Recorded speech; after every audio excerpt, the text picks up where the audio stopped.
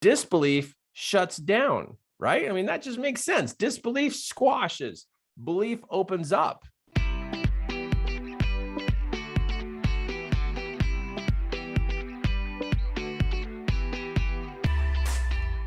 The most important thing that we want to do is be able to calibrate your mind that you actually believe that you can serve others and that what you do is powerful.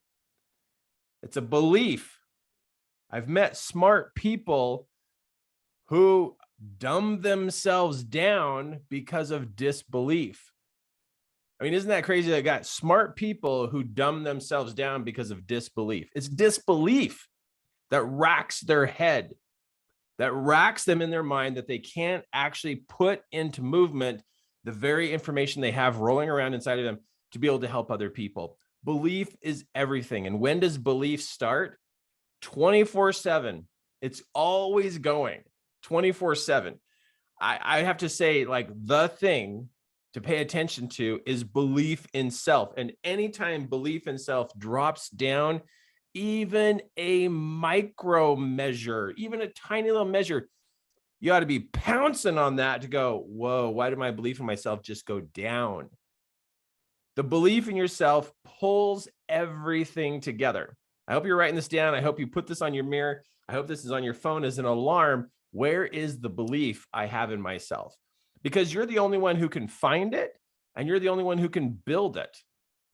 You could have 10 people believing in you, but if you don't believe in yourself, you got nothing. You got nothing. And when you got nothing, you're going to do nothing.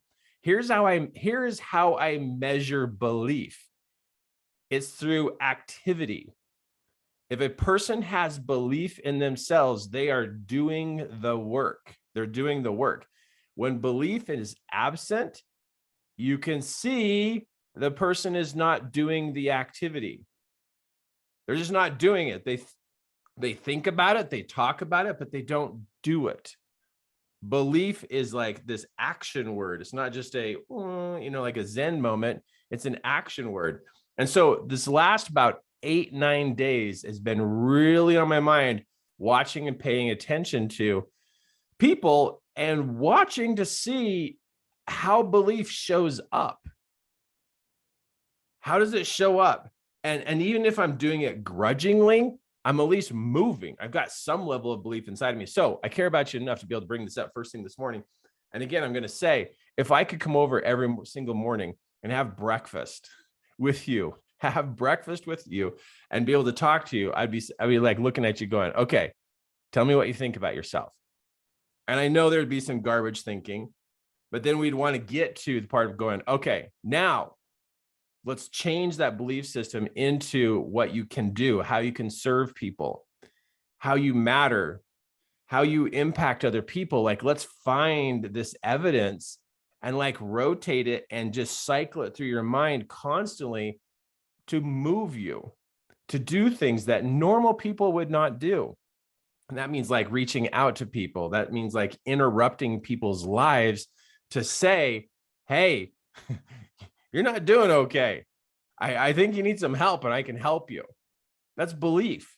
Even when you don't know what to say, belief can get you into a situation, and belief can actually pull into you the intuition, inspiration that you need to be able to serve that person.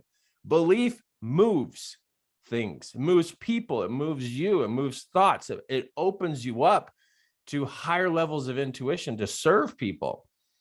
I mean, why are you not doing what you need to be doing? It's because of a lack of belief in self. And that means the way in which you see yourself, the way in which you see yourself, and every ounce of, I'm not smart enough, I don't have what it takes, my skills are too low, I'm not certified, whatever you want to come up with of the reasons why you can't move forward, those are forms of disbelief.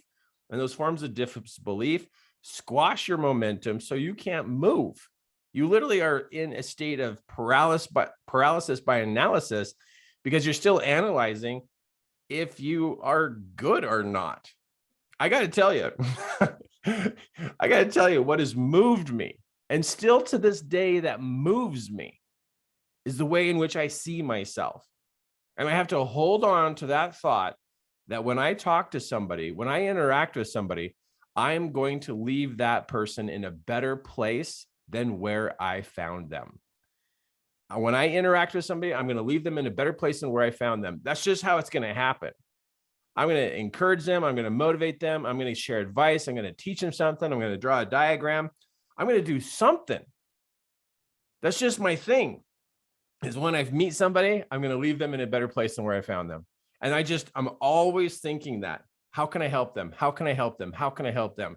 What can I do? What can I do? What can I do?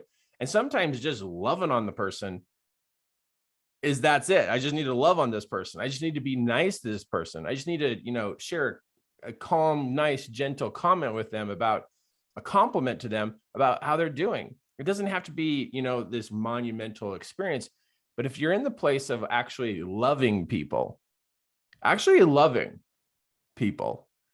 you'll find yourself serving people. You'll find yourself wanting to help them. So to have belief in myself, that means that I forgive myself. So write this down. Super important, right out of the gate, right here this morning. Super important, the forgiveness of self. There's 100 things you didn't do yesterday. There's 100 things you're behind on. But what moves you is the care, the concern, the gratitude, the appreciation, the understanding you're a human being on this planet, that you have high expectations because you're a high performer. But so you have high expectations and you can't get them all done. And when you can't get them done, you think you're bad, you think you're slow, you think something's wrong with you. And so the belief in yourself goes down.